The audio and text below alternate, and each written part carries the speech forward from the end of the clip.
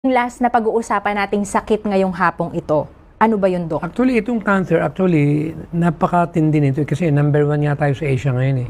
Ang tanong, bakit naman nagkaganon? Ba't tayong mga Pilipino mukha yatang bumababa na yung ano natin pagdating dito sa sakit na cancer.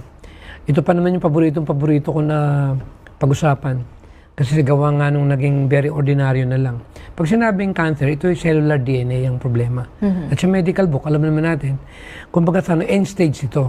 Na ibig sabihin kumbaga sa puno, talaga yung ugat na yung tinamaan eh. Pero isang bagay lang ang nagustuhan ko, yung bang, ang katawan pala natin, habang kahit may konti ka pang natitira na normal cells mo, wag mo naman siyang i-neglect. Yung wag mo siyang, ano tawag doon, yung hindi pansinin? Hindi pansinin. Pwede mong paramihin yan eh. Kaya ang tinuturo ko lagi, pakainin mo yung normal cells mo ng health food, ng health